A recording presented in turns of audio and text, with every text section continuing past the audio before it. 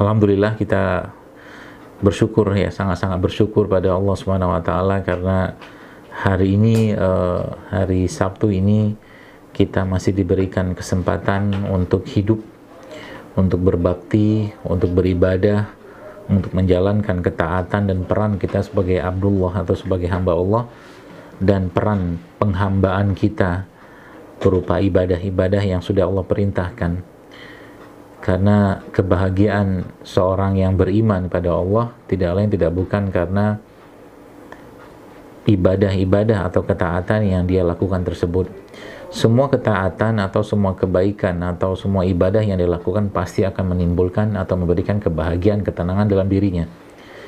Demikian juga semua pelanggaran dari itu semua, mulai dari pelanggaran yang kecil sampai yang besar, maka pasti akan menimbulkan kecemasan atau was-was. Dan hal ini semua pastinya sudah dijelaskan oleh baginda Nabi SAW. Rasulullah SAW menjelaskan bahwa dosa itu adalah sesuatu yang membuatmu gelisah, was-was ya. Maka seseorang yang melakukan dosa terus-menerus, maka sebenarnya jiwanya, hatinya sedang dalam keadaan yang gelisah. Maka kalau kita bicara tentang pola-pola kesehatan yang Rasulullah sampaikan ya, pastinya sesuai dengan tema hari ini yang alhamdulillah saya mengucapkan jazakumullah khair kepada Bapak Ibu sekalian yang mengundang saya ke majelis sini, dan mudah-mudahan apa yang saya sampaikan ini juga bermanfaat dan bisa diterapkan ya, Masya Allah, dan sudah diantarkan oleh Bapak moderator tadi, alhamdulillah, barakallahu fik. Mudah-mudahan apa yang saya sampaikan ini bisa menjadi semacam solusi lah ya, untuk kita di saat mungkin bukan hanya COVID atau mungkin bukan hanya sekedar wabah seperti ini, karena sebenarnya penyakit-penyakit yang jauh lebih berbahaya, lebih besar resikonya itu lebih banyak di luar sana yang mungkin kita tidak menyadarin ya, tidak menyadarin itu. Kalau kuliah sekalian, kalau kita bicara tentang kesehatan ya, dalam sebuah mungkin tipologi ya, atau mungkin tagline yang sering kita angkat atau saya angkat, yaitu jurus sehat Rasulullah SAW, maka dua hal yang mungkin akan saya jelaskan kepada Anda yang menjadi pokok pentingnya. Pokok pentingnya atau akarnya itu nanti dua hal ini ya. Jadi kalau dua hal ini Anda kerjakan, maka insya Allah Anda akan mendapatkan sesuai dengan apa yang dijanjikan oleh Allah Azza wa Jalla dan apa yang disampaikan oleh baginda Nabi SAW. Pokok dari kekuatan tubuh seseorang ya, atau inti dari kekuatan tubuh seorang beriman pastinya, yang beriman pada Allah, adalah apa yang dijelaskan oleh Nabiullah SAW, yaitu Rasulullah yang kita cintai, yang mana beliau menjelaskan bahwa tubuh kita ini punya panglima ya, tubuh kita ini punya panglimanya tersebut ya, yang mengomandui seluruh sistem yang ada pada tubuh kita ya. Panglima tersebut yang mengomandui, memerintahkan ya, atasan tertinggi yang ada pada tubuh kita ini, yang kita kenal dengan kolb atau kolbu, yang Nabi SAW sampaikan kepada kita semua dalam sebuah hadis ya, ala wa inna fil jasad mudghah, iza shalat jasada kulluhu, iza fasada jasada kulluhu. Kata Nabi SAW bahwa tubuh manusia itu ada segumpal daging di sana. Kalau daging itu baik, baiklah semua, daging itu rusaklah semua. Kita akan bahas nanti sekalian, mudah-mudahan Allah mudahkan dan semoga Allah cukupkan waktunya, sampai nanti bagaimana hal-hal yang ada di depan saya seperti ini ya. Ada tomat, ada bawang, ada jahe, ada kunyit, ada kacang, ada bawang putih, ada serai. Itu sebenarnya dia berefek ke tubuh kita, baik secara fisik ataupun non fisik ya. Mungkin Anda tidak percaya ya, tapi pernah saya bertemu dengan beberapa peruqyah ya. Nanti ini ada penjelasannya nanti insya Allah. Jadi mereka menjelaskan bahwa ternyata ketika mereka ya sedang meruqyah seseorang, lalu orang itu sudah stabil lah, katakanlah seperti itu, kemudian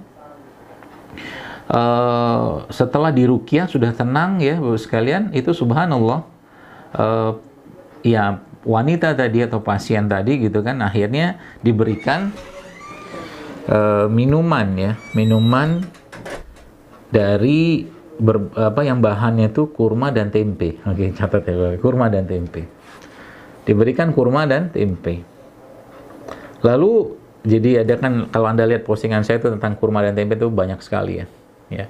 Jadi setelah diminumkan atau diberikan minuman bahan bakunya kurma dan tempe tadi itu, subhanallah, wanita tadi bereaksi Bapak sekalian seperti halnya saat dia diruqyah. Jadi wanita tadi bereaksi seperti halnya saat dia diruqyah. Kebayang ya? Jadi tadi udah tenang nih, dia setelah diruqyah tiba-tiba bereaksi dia. Bereaksinya itu seperti saat dia diruqyah. Jadi sempat saya bertanya kepada kepada teman-teman peruqyah itu, kira-kira kesimpulannya apa menurut mereka kata. Karena saya juga nggak paham karena nggak lihat, nggak di situ kan. Jadi mereka bilang bahwa jin itu ya nggak suka dengan makanan sehat, nah itulah. Paham ya? Jadi jin itu nggak suka dengan makanan sehat. Semua makanan-makanan yang tidak sehat ya, yang cenderung merusak tubuh seseorang Bapak sekalian, maka dia bisa mengakibatkan perubahan sikap atau perilaku pada diri seorang. Nanti kita akan bahas itu. Tapi sebelumnya kita akan masuk dulu poin pertama. Poin pertama tentang panglima tadi ya, panglima tadi yang berupa kolbu tadi ya. Nanti ada urusan, ada kolbu, iman, ruh ya, atau jiwa ya. Sebelum mungkin kita sebut dia satu bagian sebenarnya dengan kita sebutkan dengan iman saja, atau mungkin jiwa atau iman seseorang. Maka kata kuncinya sekalian, kata kuncinya kalau kita bicara sekarang ya, mau COVID atau tidak, mau wabah atau tidak, maka keimanan seseorang yang beriman kepada Allah pastinya ya, keimanan dia itu atau imunnya dia adalah imannya dia. Paham ya? Jadi imunnya seseorang itu adalah imannya dia. Itu poin penting harus Anda catat.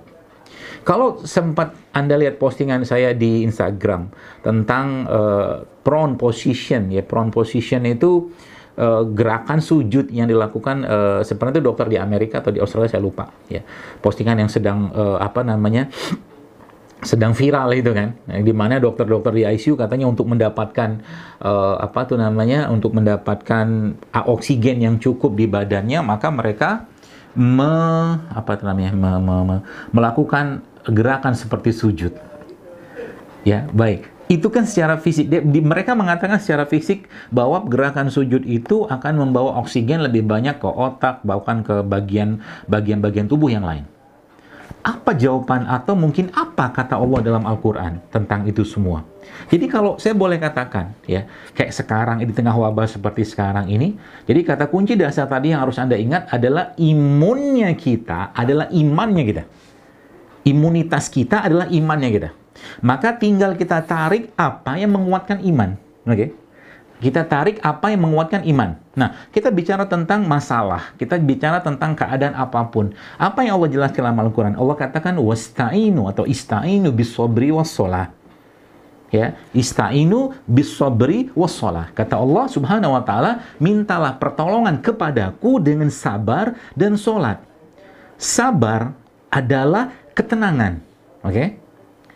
Tadi kita lihat, ke orang yang sabar, kata Nabi kan sabar itu, ya banyak versi sabar. Tapi kata Rasulullah, ulama menjelaskan bahwa sabar itu seperti apa sih, atau mungkin apa saja sabar itu. Ya, sabar itu ada beberapa macam. Ya, secara umum sabar dalam melakukan ketaatan, sabar istiqomah di situ, dan sabar dalam meninggalkan maksiat. Itu kan tenang itu.